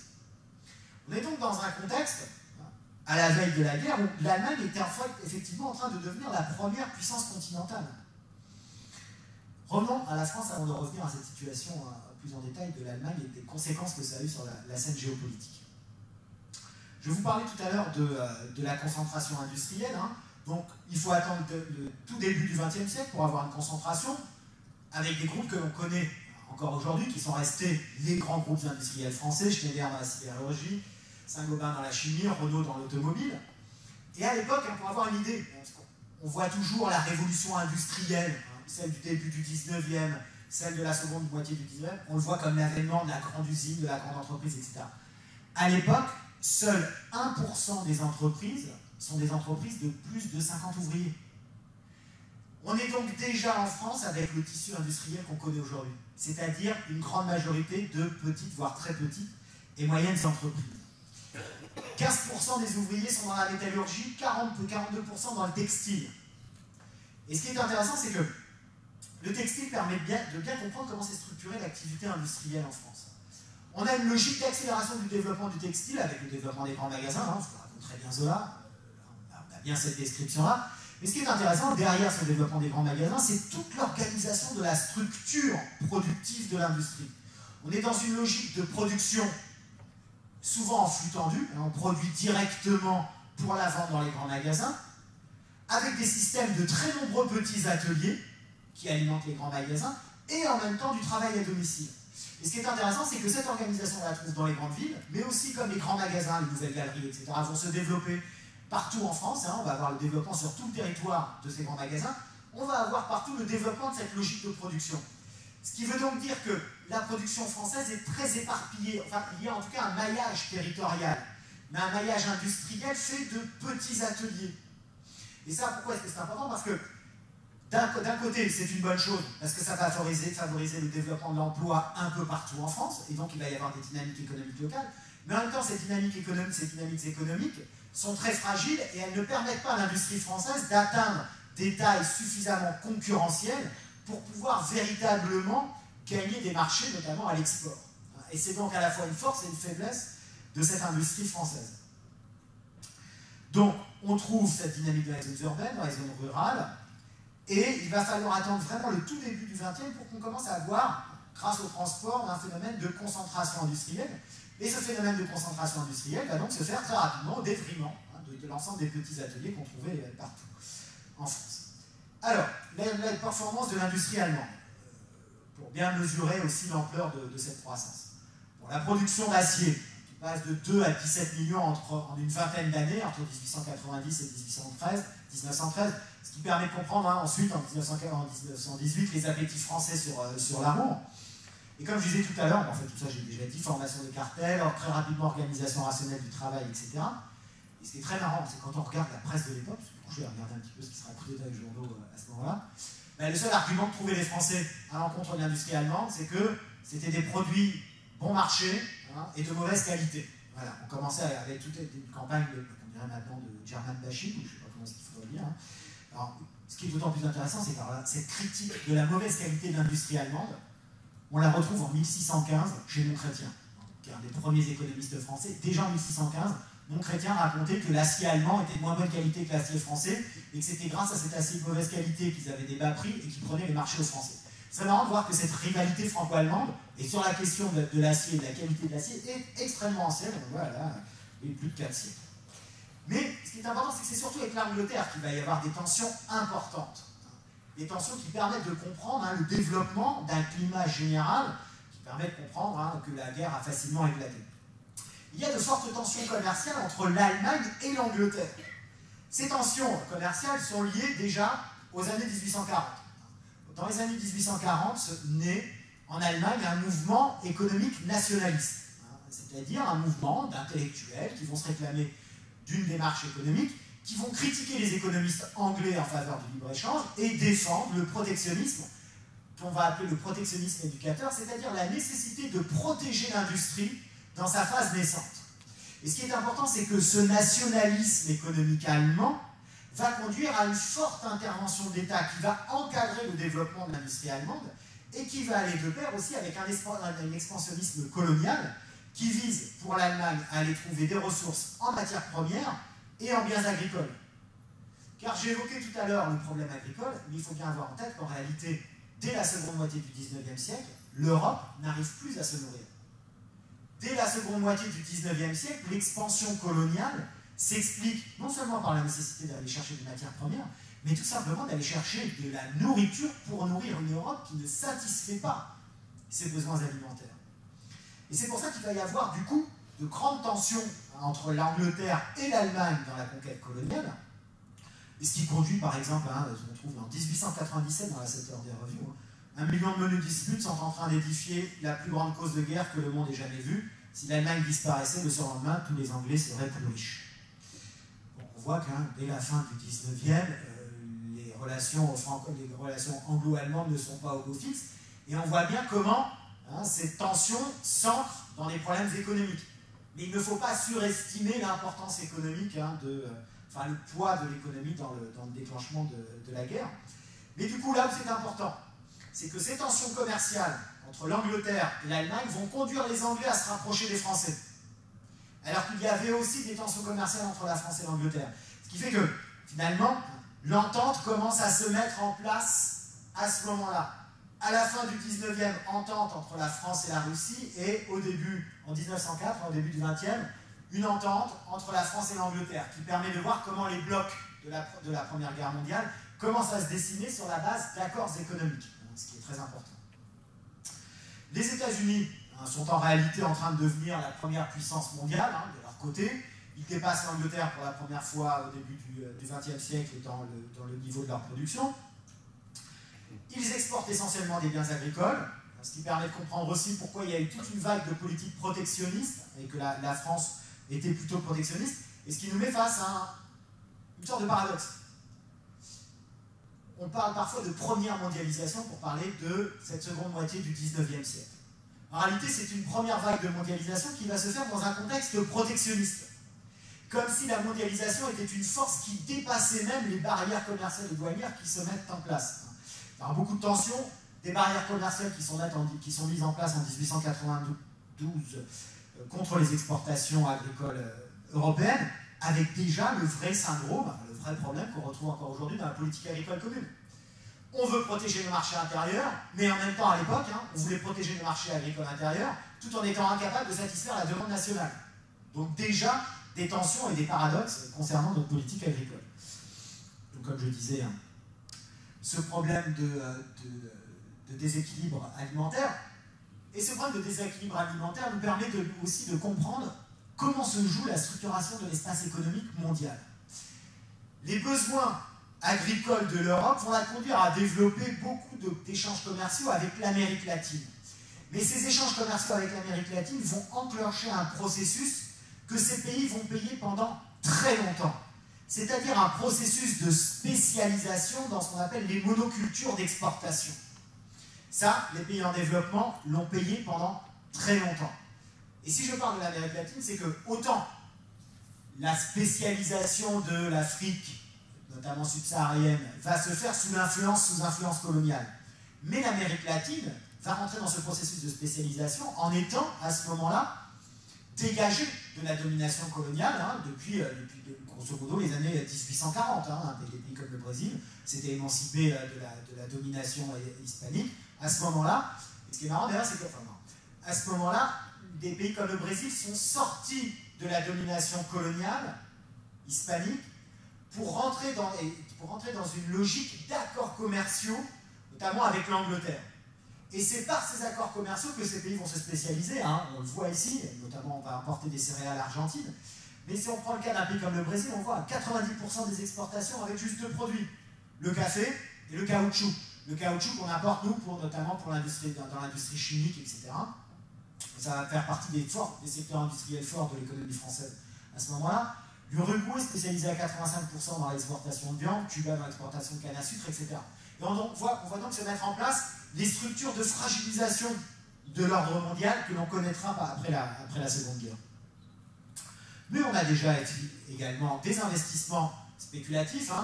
L'Europe, par une stratégie commerciale, a réussi à mettre l'Empire ottoman à genoux. Le démantèlement de l'Empire ottoman ouvre la voie aux investissements, et on commence donc déjà à voir des logiques d'investissement, coton en Égypte, pétrole, etc., le tabac en Turquie, le verre à soie au Liban, et bien entendu déjà le pétrole, ce qui va aller de pair avec la construction du canal de Suez, etc. Donc on a de très nombreuses mesures protectionnistes, mais tout ça je vais passer parce que je vois que je suis encore beaucoup plus bavard que je ne l'avais prévu, Suez, etc. Et donc, revenons à notre société française. Je dois avoir, 5-10 minutes pour pouvoir finir sur cette société française et comprendre du coup ensuite ce qui s'est passé. Bien, alors on a, comme on l'a dit, une société française encore dominée par l'agriculture et la ruralité. Alors en même temps, cette agriculture française est très hétérogène. On a d'un côté quelques très grandes propriétés qui sont l'héritage des bastions aristocratiques. On commence aussi à avoir de gros investissements, sur lesquels je reviendrai, qui viennent après. On commence à avoir quelques gros investissements qui sont faits par la bourgeoisie dans l'agriculture, mais dans l'ensemble, la France continue sur la trajectoire des XVIIe et XVIIIe siècles. C'est-à-dire que l'aristocratie continue d'avoir une propriété foncière très concentrée, donc de très grands domaines, qui sont souvent spécialisés dans quelques grandes cultures. En l'occurrence, à l'époque, hein, vraiment, on est déjà dans la spécialisation française. Deux grands domaines viticoles, dans le Bordelais, en Bourgogne, les grandes plaines céréalières de l'Ouest, etc. On a déjà la configuration du territoire français à ce niveau-là, mais en même temps une situation très contrastée, parce que par exemple dans le Midi, hein, vous le savez, on est à cette époque, et ça restera encore très longtemps, ça restera très longtemps le cas, dans une logique de petits propriétaires, hein, avec un très fort morcellement de la propriété viticole. Ce qui permet aussi de comprendre que les mouvements politiques et sociaux ne seront pas les mêmes dans le Midi viticole, dans le Midi rouge, qui ne le seront dans le reste de la France. Hein, et c'est lié au fait à cette différente structuration. Mais dans l'ensemble, cette agriculture est très peu mécanisée. Il y a très peu d'investissements qui sont réalisés. C'est pour ça que, en fait, l'agriculture est à la traîne de l'industrie. La révolution agricole, elle ne viendra qu'entre les deux guerres, hein, le début de la mécanisation, et surtout après la Seconde Guerre mondiale. Donc on est dans une agriculture qui est essentiellement mécanisée, très peu, donc avec beaucoup de main-d'œuvre, mais du coup, cette main-d'œuvre a une faible productivité, elle est mal payée, il y a des revenus très faibles qui limitent les investissements, qui permettent donc de comprendre pourquoi l'absence de développement agricole freine aussi le développement industriel. Parce que cette population rurale, agricole, qui compose plus de la moitié de la population française, n'a pas les moyens de consommer des biens industriels. Pas plus que les ouvriers des villes. À l'époque, on estime que l'essentiel de la population consacre 60% de ses revenus juste à s'alimenter. Ce qui fait qu'il y a très peu de débouchés pour la production industrielle. Et là, on est dans une faiblesse, hein, on voit bien les contradictions. On a des investissements dans l'industrie, mais l'agriculture ne suivant pas, les revenus agricoles ne suivant pas, l'industrie a du mal à trouver des débouchés. Surtout, il y a un autre phénomène, et donc je t'ai intéressé parce que tu parlais, tu annonçais tout à l'heure, Emmanuel, réflexion sur justement les populations étrangères immigrées pendant la guerre. En fait, hein, ces problèmes d'immigration se posent dès la seconde moitié du 19e siècle. On a beaucoup de main-d'œuvre saisonnière, étrangère. Alors ce sera dans le nord de la France, notamment essentiellement une main-d'œuvre d'origine belge, parfois polonaise, etc., qui viendra des pays de l'Est. Et puis sur le sud de la France, une population qui vient d'Italie, qui vient d'Espagne, une population le plus souvent extrêmement pauvre, saisonnière, très nomade, hein, qui se déplace au rythme des saisons pour la culture. Et c'est ce qui permet de comprendre. Non, et dès la fin du 19e siècle, il y a des mouvements de xénophobie. Alors il y a plusieurs grands drames, hein, qui vont marquer cette période-là. Hein, si on prend au plus proche de chez nous, hein, il y a les émeutes d'Aigues-Mortes qui doivent dater de 1893 ou quelque chose comme ça. 150 Italiens qui vont être tués, hein, c'est le nombre qu'on estime à peu près, dans les salins du Midi. Et ce qui est intéressant dans cette histoire, c'est qu'elle montre plusieurs choses. D'abord, elle montre que à chaque fois qu'il y a des difficultés, on trouve toujours un bouc émissaire étranger. Donc c'est une grande tradition française, de toujours trouver des raisons de ces mots à l'étranger. Le Sud a toujours été dans une situation contrastée, à la fois de forts mouvements ouvriers et un Midi rouge, et en même temps un Midi relativement ouvert à la xénophobie, et ce qui permet de comprendre d'ailleurs très bien ce qui s'est passé au moment des salins. Ce qui s'est passé au moment des salins de la crise des salins du Midi, c'est que ce sont des manifestations ouvrières qui ont conduit à ce massacre. Parce qu'à ce moment-là, les ouvriers ont vu la main-d'œuvre italienne comme une concurrence directe, parce qu'on commençait à voir dans les salins du Midi les conséquences de la mécanisation de la production. Et il faudra beaucoup de temps au mouvement ouvrier pour comprendre que ces malheurs ne viennent pas de la main-d'œuvre étrangère, mais d'un processus de mécanisation que dans l'ensemble le mouvement ouvrier rejette. Et, bien entendu, c'est lié encore une fois à la structuration du mouvement ouvrier français, à la différence de l'Allemagne, où on le voit dès le milieu du 19e, une logique de concertation se met en place, ce n'est absolument pas le cas en France. Et c'est ce qui permet de comprendre aussi que très rapidement, le mouvement ouvrier français, n'ayant pas de représentation politique, n'ayant pas de représentation économique et sociale qui lui permette de négocier véritablement avec le patronat, on rentre dans une logique d'affrontement souvent extrêmement violent, qui conduit au retard de la mécanisation. Parce que la mécanisation et la modernisation de l'appareil industriel ou de la production agricole sont vues par les mouvements ouvriers comme des menaces directes, sans quoi ils n'ont pas totalement tort, mais ce qui en même temps aurait pu être un problème géré différemment, comme c'était le cas en Allemagne. Hein. Mais on est véritablement dans des mouvements, hein, en fait, de ralentissement de la mécanisation qui s'accompagnent de tensions extrêmement importantes qui sont liées à la fluctuation donc, des activités économiques dont on a parlé, différentes crises, et à la mécanisation. Pour finir sur cette transformation de la société française, bon, on a une augmentation du nombre d'employés, une augmentation du nombre de fonctionnaires. Voilà, on se retrouve avec 120 000 postiers en 1914, 310 000 cheminots, ce qui permet déjà à l'époque de comprendre le poids fondamental que vont prendre les chemins de fer et le mouvement ouvrier chez les cheminots. Mais on a souvent l'image qu'on a de cette période-là, ce sera ensuite même après la Première Guerre mondiale, la belle époque, etc. On imagine le début des cols blancs, l'émergence d'une classe moyenne. En réalité, on a le développement d'une main-d'œuvre d'employés, mais qui ne sont pas des cols blancs. La plupart du temps, ces employés vivent de travaux précaires avec des salaires relativement bas. Donc ce n'est pas du côté des employés qu'on trouve le développement des cols blancs. On a d'un côté, comme on l'a vu tout à l'heure, 60%, un peu moins de 60% de la population qui vit en zone rurale, qui vit de travail saisonnier, des petits propriétaires agricoles, beaucoup de main-d'œuvre agricole, etc. Et en ville, 30%. Et en ville, on a essentiellement des milieux populaires. Ce ne sont pas des employés des cols blancs qui se développent à ce moment-là dans la représentation qu'on en a, d'autant plus que, comme je le disais, il y a beaucoup de travail à domicile et dans des petits ateliers. Et ça fait aussi une fragmentation de l'organisation de la main-d'œuvre qui rend une situation sociopolitique extrêmement complexe. Parce qu'effectivement, on a une main-d'œuvre précaire qui est employée la plupart du temps à la tâche, etc. Emploi précaire qui va favoriser, encore une fois, l'accumulation de profits dans l'industrie textile, par exemple. Mais cette accumulation de profits se fait au détriment de la recherche de débouchés.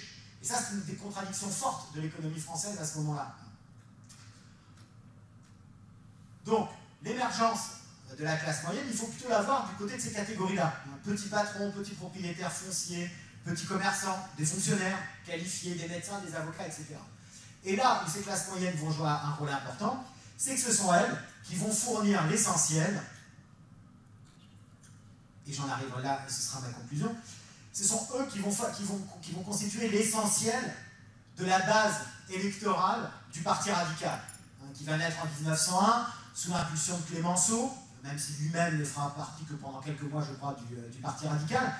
On est à ce moment-là dans un climat politique dans lequel finalement il y a peu de place entre d'un côté une bourgeoisie très conservatrice, très autoritaire, qui ne laisse que très peu de liberté sociale et économique, de l'autre, une classe ouvrière qui commence à se structurer, puisque en 1902, on a la naissance de la CGT, la charte d'Amiens en 1906, qui pose comme principe la révolution prolétarienne comme outil de négociation sociale. Alors, on n'est vraiment pas dans la logique de dialogue.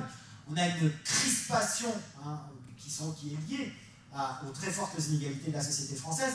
Et c'est donc l'émergence de ces classes moyennes qui va permettre et favoriser l'émergence d'un socialisme radical, d'un parti radical qui se démarque d'un socialisme révolutionnaire et qui va être justement au cœur de l'équilibre qui va se trouver pendant la Première Guerre mondiale et au sortir de cette Première Guerre mondiale, et qui nous permettra donc de comprendre l'histoire d'après-Première Guerre mondiale.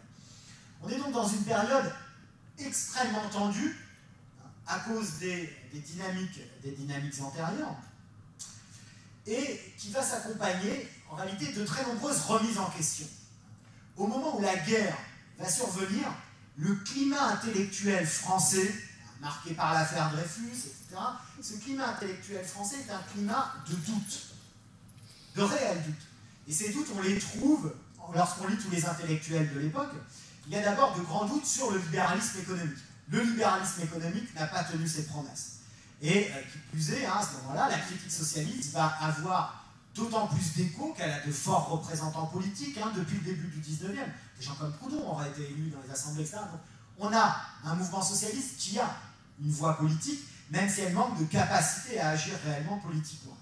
Donc des débats sur le libéralisme économique, des débats sur les tensions entre démocratie politique et démocratie économique et sociale. Il ne faut pas oublier que ce n'est qu'en 1905 qu'on va inventer l'impôt sur le revenu en France, que Caillot, du Parti radical, va réussir à faire passer l'impôt sur le revenu, après plusieurs années de négociations, de tractations. Il avait un projet d'impôt sur la fortune, mais qui n'est pas passé. Et vous savez, il faudra attendre de très nombreuses décennies avant d'avoir à nouveau un impôt sur la fortune toujours remis en question.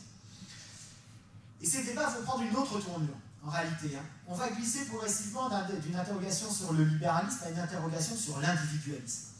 Et l'affaire Dreyfus va jouer un rôle important, parce que l'affaire Dreyfus va renvoyer à la question de l'ordre social, des communautarismes, de la structure individualiste de la société moderne, etc. Et ce débat politique va trouver beaucoup d'écho chez les intellectuels. Et ce qui est très intéressant, et qu'il faudra bien avoir en tête, et qui me semble fondamental pour comprendre les débats qu'on a encore aujourd'hui. Par exemple, se demander ce que c'est que d'être de gauche et d'être de droite, ce que c'est qu'une politique économique de gauche, une politique économique de droite. À ce moment-là, déjà se pose la question. Et ce qui est intéressant, c'est de constater qu'aujourd'hui, encore, nous souffrons d'une grave confusion entre libéralisme et individualisme. On considère que les libéraux sont les défenseurs de l'individualisme, et que donc, par opposition, les socialistes, même les sociodémocrates, etc., seraient moins favorables à l'individu. Ces débats sont intéressants parce que, sur le fond, le libéralisme économique, tel qu'on le connaît aujourd'hui, par exemple aux États-Unis ou en France, on voit que le discours libéral politique ne s'accompagne pas d'un libéralisme social, d'une défense des libertés individuelles. Le libéralisme économique peut aller de pair avec très peu de libertés sociales, culturelles, etc. La consommation de stupéfiants, la question des drogues douces, la question du mariage pour tous, etc. etc. On voit encore qu'il y a de très fortes réactions morales et qu'en réalité, ce sont souvent des gouvernements moralement réactionnaires qui incarnent le libéralisme. Et on voit aujourd'hui que ce sont des partis dits socialistes qui mènent des politiques de droite et qui réussissent à mettre en œuvre ce que la droite elle-même n'avait pas osé faire. Et ce qui est intéressant, c'est de voir qu'à la fin du 19e, ceux qui se revendiquent du véritable individualisme, ce ne sont pas les libéraux, ce sont justement les socialistes. Ce sont les socialistes, avec Jaurès, par exemple, qui se revendiquent du véritable individualisme. Et il y a, je conclurai là-dessus pour aujourd'hui, et on verra les conséquences que ça a eu après la Première Guerre mondiale, il y a à ce moment-là une véritable interrogation sur le fondement de notre société. Car ceux qui vont porter l'individualisme comme objectif, comme utopie sociale, ce sont d'un côté les socialistes, qui pour certains vont progressivement aller vers la voie du réformisme, et aussi pour ceux qu'on va appeler les solidaristes, par exemple avec Léon Bourgeois, ceux qui vont poser les bases d'une réflexion qui nous conduira par la suite à la mise en place de l'État-providence. Histoire que je raconterai dans 3 semaines. Merci de votre attention et merci d'avoir été encore une fois beaucoup trop long. Merci.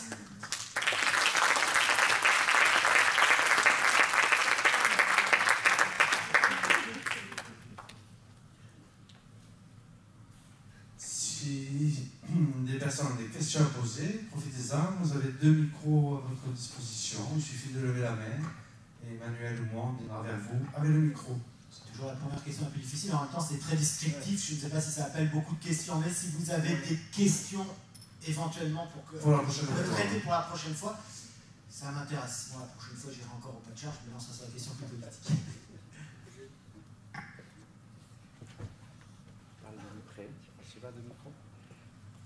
Oui, bonsoir, je monte au front là.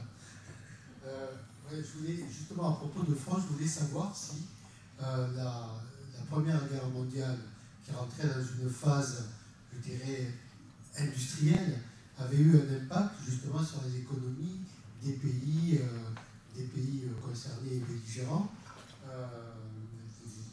par rapport à l'effort de guerre, les investissements que ça a occasionné. Transformation aussi de la société, parce que les hommes étant au front, les femmes devaient assurer le quotidien, comme ça a été montré d'ailleurs récemment dans une autre conférence. Voilà, ça c'était la première question. Et puis la deuxième question, qui est beaucoup plus contemporaine, à l'aune de tout ce que vous avez expliqué, on se rend compte que les économistes actuels sont ou idiots, pardon pour les économistes, ou inconscients, ou maso, je ne sais pas, mais il me semble que si on fait une politique d'austérité, ça ne peut pas contribuer à l'enrichissement des pays et donc à la reprise économique. Or, certains milieux financiers, économistes, politiques prônent justement l'austérité pour essayer de relancer l'économie mondiale. Alors moi, qui suis un parfait béotien en la matière, peut-être un peu simpliste dans les approches, j'ai du mal à comprendre cette stratégie-là. Voilà, et j'aimerais bien que vous puissiez m'éclairer éventuellement. Gardez le micro sous la main, parce que comme il y a deux questions, si déjà je me perds sur la première, je m'en mal à la seconde. Alors, est-ce qu'il y a des mutations économiques importantes pendant la guerre? En fait, pas particulièrement. Ce qui va se passer, c'est que, comme je disais à propos de la chimie, on va avoir une application directe du développement de l'industrie chimique dans l'art de la guerre. Bon, voilà. Le développement de l'industrie automobile va jouer aussi un rôle important, le textile, etc. Donc en réalité, ça va être plus... On a tendance à dire que c'est d'une certaine manière la première guerre industrielle, c'est-à-dire qui s'appuie aussi sur l'industrie. Mais je disais la semaine dernière un auteur qui disait que d'une certaine manière, on se posait déjà la question à ce moment-là à propos de la guerre de sécession. C'est-à-dire que déjà, à la fin du 19e, on voit la guerre de sécession comme la première guerre vraiment industrialisée. Donc en fait, vous voyez, on est plus dans le prolongement des dynamiques antérieures. Alors là où il va y avoir quand même quelque chose d'important qui va se passer. Il va y avoir effectivement la mise au travail des femmes. Mise au travail des femmes, ça ne veut pas dire que les femmes ne travaillaient pas jusque-là. Ça veut dire que d'abord, on va les faire rentrer beaucoup plus massivement dans les usines, dans la force des choses, on va en avoir besoin. Mais cette mise au travail va aussi en fait rendre visible le travail des femmes qui jusque-là était invisible. C'est ce que démontre très bien Zola, c'est-à-dire toute cette précarité du travail féminin qui le plus souvent n'est pas directement rémunéré. On est encore beaucoup dans des logiques de travail informel, du quasi-esclavage, etc. Les femmes étant toujours... C'est du travail indispensable, mais souvent marginalisé. Et donc ça va stabiliser la partie féminine de la classe ouvrière et en fait lui donner beaucoup plus, renforcer son statut. Et ça va être quelque chose d'important. Du côté de l'industrie, bon, il va y avoir de gros dégâts dans l'industrie, mais en même temps, je dirais que là où il y a quelque chose d'important qui va se jouer, c'est la collusion entre les industriels et l'État. Parce que l'État, pour son effort de guerre, va s'appuyer sur quelques grands groupes industriels auxquels l'État va demander de se charger de l'approvisionnement alimentaire, de l'approvisionnement en matières premières, de l'approvisionnement en armement, etc. Donc il va y avoir, à ce moment-là, va véritablement se mettre en place, oui, une articulation entre l'économique et le politique qui jusque-là n'était pas fondamentale pour l'économie française. Et donc d'une certaine manière, ça va laisser des traces, parce que l'État va comprendre qu'en fait il peut orchestrer un ensemble de choses. Jusque-là, il ne s'en était pas soucié, mais qui peut le faire. Ça, c'est fondamental. Mais, autre problème, c'est que cette collusion entre l'État et l'industrie va très rapidement, après la guerre, avec les besoins de financer le déficit public, rebasculer dans une collusion entre l'État et la bourgeoisie financière et d'affaires, purement d'affaires et bancaire, et qui va renforcer le pouvoir de cette bourgeoisie entière, pouvoir qui conduit aujourd'hui encore, parce qu'en fait il y a des phases de cycle pour lesquelles la bourgeoisie de rente va prendre du pouvoir, cette bourgeoisie rentière va énormément souffrir de la crise des années 20 et de l'inflation, parce que le problème des rentiers, et justement j'arriverai du coup à la réponse à votre seconde question, le problème des rentiers c'est l'inflation. C'est pas l'absence de croissance qui pose un problème aux rentiers. Les rentiers sont des gens qui vivent de leur argent. La seule chose qui les intéresse donc, c'est donc les intérêts qu'ils peuvent percevoir sur l'argent qu'ils placent, et ils prêtent de l'argent à l'État parce que, dans les périodes de crise, parce que on sait que l'État a beaucoup moins de chances de faire faillite qu'une entreprise. Donc, ce qui importe aux rentiers, c'est qu'il n'y ait pas d'inflation qui vienne réduire la valeur, le pouvoir d'achat de leur titre d'État. Comme le dit très bien Keynes, le meilleur moyen de se débarrasser des rentiers, c'est l'inflation. L'inflation, c'est l'euthanasie des rentiers. Effectivement, les périodes d'inflation viennent éroder la richesse des rentiers. Alors qu'au contraire, ceux qui peuvent bénéficier des phases d'accélération des prix, ce sont ceux qui peuvent répercuter dans leur activité économique les variations de prix. Et les premiers qui peuvent répercuter les hausses de prix dans leur activité, ce sont les industriels. C'est eux qui vont entretenir l'inflation. Alors bien entendu, il y a un moment où trop d'inflation devient très problématique pour l'économie. Mais je vais faire typiquement d'erreur d'économiste. Je vais vous dire, une inflation à 4-5%, c'est pas grave. Non, en fait, on n'en sait rien des chiffres. Une inflation à 4-5%, ça peut être très grave dans une situation, ça peut être rien du tout dans une autre. Une inflation à 15%, ça peut être très bénéfique dans un contexte, très négatif dans un autre. C'est comme un déficit budgétaire à 3%, c'est totalement absurde, ça ne veut rien dire. Ça peut vouloir dire quelque chose à un moment, ça ne veut rien dire à un autre, etc. Et surtout, on le sait, ça voulait dire quelque chose au moment où Gaulle et Mitterrand ont discuté. parce que c'est un chiffre magique, parce que Mitterrand, franc-maçon, etc., que le 3 est porteur de plein de vertus, c'était un chiffre rond, ça facilitait, ça faisait des économies d'encre pour imprimer les traités, etc., etc. Et puis encore une fois, parce que les chiffres sont fondamentaux dans un monde dans lequel, comme encore une fois, derrière notre monnaie, il n'y a rien. Nous sommes obligés de croire, et de croire des signes. Alors donc nous sommes attentifs à des signes. Voilà. Et actuellement, le signe qu'on nous donne, pour répondre à votre deuxième question, pourquoi l'austérité? Pourquoi l'austérité? Parce qu'on nous dit qu'il ne faut plus de déficit budgétaire. On dit donc le problème n'est pas la croissance, c'est de se débarrasser du déficit budgétaire. Et là on dit mais se débarrasser du déficit budgétaire, pourquoi? Pour prélever moins d'impôts. Prélever moins d'impôts? Pourquoi?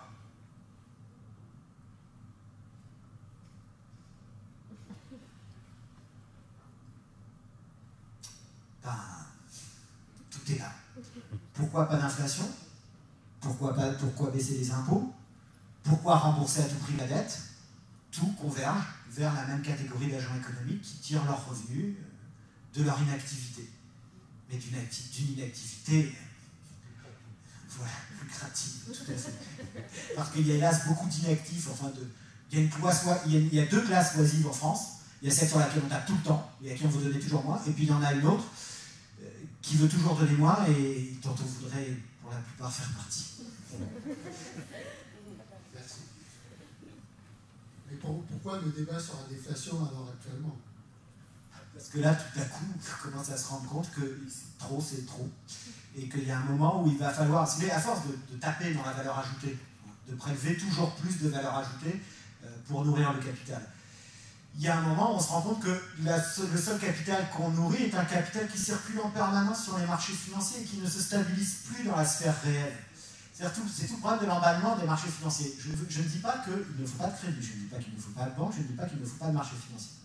Au moment où une entreprise rentre sur un marché, qu'elle émet des titres, des actions, et qu'elle rencontre à ce moment-là une épargne, qui va acheter des actions, là on a un financement de l'économie réelle.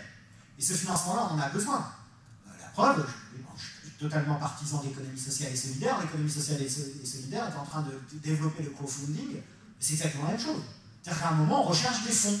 Quand on n'a pas les fonds dont on a besoin, on les recherche soit en prenant un crédit, soit en demandant à des gens qui ont ces fonds-là. Et donc, cette articulation, elle est bonne. Sauf que, bien entendu, ceux qui vont acheter des titres, à un moment, vont essayer de spéculer dessus, plutôt que vont spéculer sur la spéculation. Et c'est toujours cet emballement qui pose problème. Et encore une fois, ce qui pose problème aujourd'hui, ce n'est pas tant qu'on ait des bulles spéculatives. Avoir des bulles spéculatives, c'est normal. Le vrai problème, c'est que nous soyons revenus sur la séparation des banques commerciales et des banques de dépôt. Des banques d'investissement et des banques de dépôt. Là, oui, c'est un vrai problème. Parce que du coup, c'est toute notre économie réelle qui est fragilisée par la spéculation financière. Ou après, la spéculation financière, qui est des dizaines et des dizaines de milliards qui soient perdus en une journée à cause d'un crack. Encore une fois, c'est pas grave, parce que ça ne veut rien dire, parce que ces dizaines de milliards, ce n'était rien. Rien d'autre que des jeux d'écriture. Et il n'y a rien de concret derrière. Le problème, c'est le moment où ça se transfère à la sphère réelle. Et donc aujourd'hui, à force d'avoir lutté contre l'inflation pour essayer de stabiliser les revenus, le pouvoir d'achat, de la rente, etc., on se rend compte qu'à avoir étranglé l'économie pour entretenir les rentiers eux-mêmes commencent à se dire, ah oui, mais il y a un moment, il va falloir qu'on retrouve quand même un peu de croissance pour pouvoir continuer d'exiger les taux de rentabilité qu'on demande sur les investissements. Voilà, tout simplement. Et là, parce que là, on se rend compte que ce vers quoi on tend, c'est le risque, et là on a peur. Vous parlez tout à l'heure de l'absurdité des économistes, de leur absence de mémoire. D'abord, oui, c'est vrai, les économistes ont très peu de mémoire. Et ils ont d'autant moins de mémoire, les économistes, que vous pouvez faire des études extrêmement brillantes d'économie sans avoir fait jamais ni d'histoire économique, ni d'histoire de la pensée économique. La plupart des professeurs d'économie des universités aujourd'hui, depuis une dizaine d'années, ont fait des études de maths. La majorité de ceux qui réussissent l'agrégation des universités sont des matheux. Ils ne connaissent rien à l'histoire. Ils ne connaissent même rien à la science économique. Ils ne connaissent pas. Ils ne savent pas ce qui s'est raconté il y a 20 ans, il y a 30 ans, etc. La seule chose qu'ils savent, ah oui, si, c'est le modèle mathématique de machin en 64. Moi, j'ai changé l'équation dedans. Et voilà comment fonctionne la recherche en économie. Attention, l'économie aussi s'intéresse à la sphère réelle. Il y a quand même eu des prix Nobel d'économie qui, il y a une dizaine d'années, qui ont montré à quel point il était fondamental de libéraliser les marchés financiers. Les types qui se sont dit, regardez, même nous, on va monter un fonds d'investissement. Ils ont coulé avec le crack. Quand les économistes essaient de faire des choses concrètes avec les générales, ça ne se passe pas très bien. Et donc, on est à courte vue, et puis, c'est un ensemble, si vous voulez. Je pense qu'il y a un moment, et c'est normal, enfin, je pense que c'est l'esprit humain qui fait comme ça. Il y a un moment, quand on est dans la phase de croissance, on oublie ce qui nous a permis d'avoir de la croissance. En l'occurrence, ce sont des contraintes qui permettent à un moment d'avoir une croissance. C'est un ensemble de contraintes qui ont été mises en place après la Seconde Guerre mondiale. Une contrainte de contrôle de l'État sur les grands groupes industriels, contrôle de l'État sur les banques, contrôle de l'État sur les négociations salariales. Puis on a eu une période de forte croissance. On a eu le développement des classes moyennes, l'avènement de la consommation de masse, et ces classes moyennes elles-mêmes ont fini par oublier que leur enrichissement était lié à cette intervention de l'État. Et tout le monde a voulu commencer forcément à se libérer d'une partie des contraintes. Et quand on s'est libéré un petit peu de certaines contraintes, et qu'on a vu qu'on continuait à avoir de la croissance, voire qu'on retrouvait de la croissance, on s'est dit c'est parce qu'on a libéré les croissances qu'on a retrouvé de la croissance. C'est-à-dire que la complexité des phénomènes économiques est telle que il y a un décalage entre ce qu'on fait et les effets que cela produit. Donc au moment où on va desserrer la contrainte, on va continuer sur une dynamique antérieure qui a été initiée par les contraintes. La baisse des contraintes elle-même va entraîner une dynamique positive. Sauf qu'on va continuer de desserrer la contrainte, qui vont commencer à produire des effets négatifs qui ne se manifestent qu'après, et après on oublie que ce qu'on est en train de vivre, c'est à cause de ce qu'on a fait auparavant. Et donc c'est pour ça qu'on n'apprend rien, qu'on n'accumule pas de savoir, et puis parce que fondamentalement, ce que je crois, en tant qu'économiste et en tant que citoyen, c'est que si on ne progresse pas et si on ne met pas en place d'autres politiques, c'est parce que tout simplement, on sait qu'aujourd'hui, ce qu'il faudra attaquer, c'est la propriété privée. Et nous ne sommes pas prêts à le faire. Il faut attaquer la propriété privée dans le domaine de l'agriculture, dans le domaine du logement et dans une partie de l'industrie. Quand je dis attaquer, ça ne veut pas dire tout collectiviser, ça n'a rien à voir avec ça, mais il y a un moment où le recul permanent du collectif, le fait qu'on se désengage des services publics, de la production publique, etc., nous renvoie à ce que nous entendons comme étant le collectif ou pas. Et apparemment, nous ne considérons même pas que notre futur fait partie de notre bien commun collectif, puisqu'on ne s'inquiète pas de notre futur, et on fait tout à courte vue. Je ne sais pas si j'ai répondu à votre question. Peut-être pas de façon très optimiste, mais...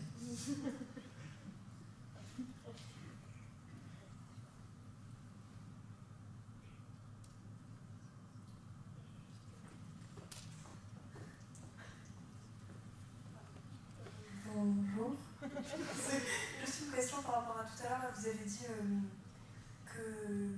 ah oui, pourquoi baisser les impôts? Et on pourrait répondre peut-être pour le pouvoir d'achat. Je voulais voir ce que vous disiez par rapport à ça. Oui, on peut imaginer que dans l'absolu, si je dis baisser les impôts, on peut dire que ça va être bon pour le pouvoir d'achat des ménages, ça va être bon pour le pouvoir d'investissement des ménages les plus aisés. Sauf que les baisses d'impôts ne se font pas sur les catégories économiques qui consomment, puisque les baisses d'impôts sont concentrées sur les très hauts revenus depuis une vingtaine d'années, et les hausses d'impôts sont concentrées sur les classes moyennes et les bas revenus. Ce qui explique le creusement des inégalités en France. Alors on pourrait se dire, oui, mais la baisse des impôts sur les hauts revenus, c'est pour stimuler l'investissement. Si c'était vrai, les chiffres nous montreraient. Or, les chiffres ne nous montrent pas ça. Les chiffres nous montreraient qu'avec la baisse des impôts, on voit une augmentation des investissements. Alors oui, on a une augmentation des investissements, mais des investissements purement financiers. Et c'est ça tout le paradoxe. C'est-à-dire qu'on baisse les impôts sur les hauts revenus.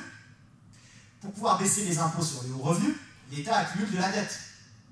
Puisqu'en réalité, en baissant, quand l'État baisse les impôts, forcément, il faut qu'il s'endette. Il ne peut pas réduire à la même vitesse ses dépenses et les recettes fiscales. Et c'est ce qui s'est mis en place à partir du début des années 2000 en France. On a une baisse des impôts sur les revenus, donc une hausse de la dette. Et qui achète la dette? Eh bien, ceux dont on a baissé les impôts. Ils économisent. Et avec l'argent qu'ils ne payent pas en impôts, ils achètent de la dette à l'État. Ce qui veut dire que l'État leur donne de l'argent. Littéralement, puisque quand l'État paye une dette, on leur rend de l'argent de leurs impôts et en plus on leur donne une dette dessus et avec le sourire. Voire la coupe de champagne éventuellement. Donc oui, effectivement c'est un argument de base. N'importe quel économiste vous fera un schéma et vous dira si vous baissez les impôts, vous pouvez avoir une hausse de la consommation, une hausse des investissements. Oui, c'est vrai. C'est vrai. D'accord, merci. Mais pas toujours. Ça renvoie encore une fois au fait qu'on peut avoir des vérités, juste pour conclure sur cette question, on peut avoir des vérités purement rationnelles. Et effectivement, il est rationnel de développer une théorie dans laquelle la baisse des impôts va favoriser le pouvoir d'achat, favoriser l'investissement. C'est un enchaînement rationnel, purement de la rationalité mathématique. Une cause entraîne un effet, etc. Mais après, il n'y a aucune vérité absolue en économie. Tout dépend du contexte. De la même manière que je disais tout à l'heure, 5, 3, 5, 15, 20%, ça ne veut rien dire d'inflation, de déficit, tout dépend du contexte. Et là, en l'occurrence, dans le contexte qui est le nôtre, la baisse des impôts ne fait qu'aggraver notre situation. Elle ne fait qu'aggraver notre situation parce que ça ne produit pas les effets attendus. Et ce serait pas grave si ça faisait 2 ans qu'on baisse les impôts et qu'on se rendait compte que ça ne marche pas. Surtout que ça fait maintenant.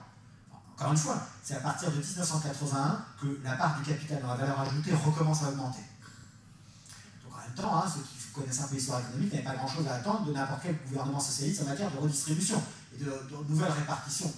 Mais au-delà du fait que le capital a pu prendre une part de la valeur ajoutée de plus en plus importante dans les relations avec le salariat, baisser les salaires, comprimer les salaires en augmentant les profits, etc., ça va de pair aussi avec une baisse des impôts ponctionnés sur cette part de la valeur ajoutée. Et qu'est-ce que ça donne? Ça ne donne pas de croissance, ça ne donne pas de création d'emplois. Donc il faut autre chose. Peut-être une dernière question.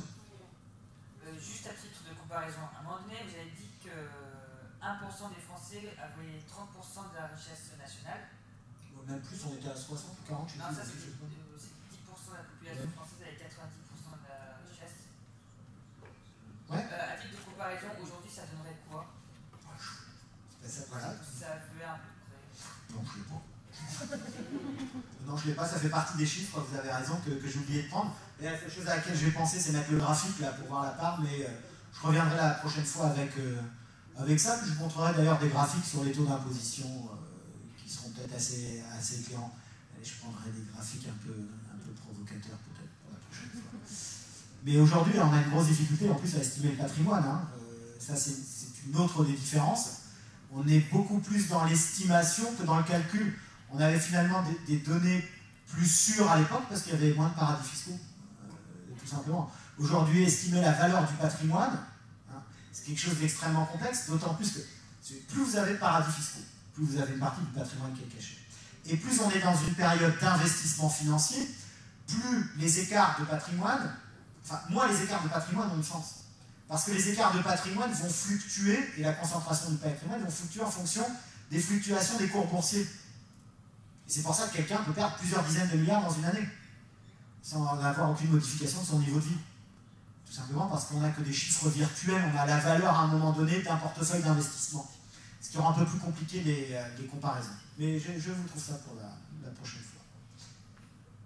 Il faut boucler écoutez, on ferme la boutique. Merci à tous, bonne soirée et j'espère dans 3 semaines.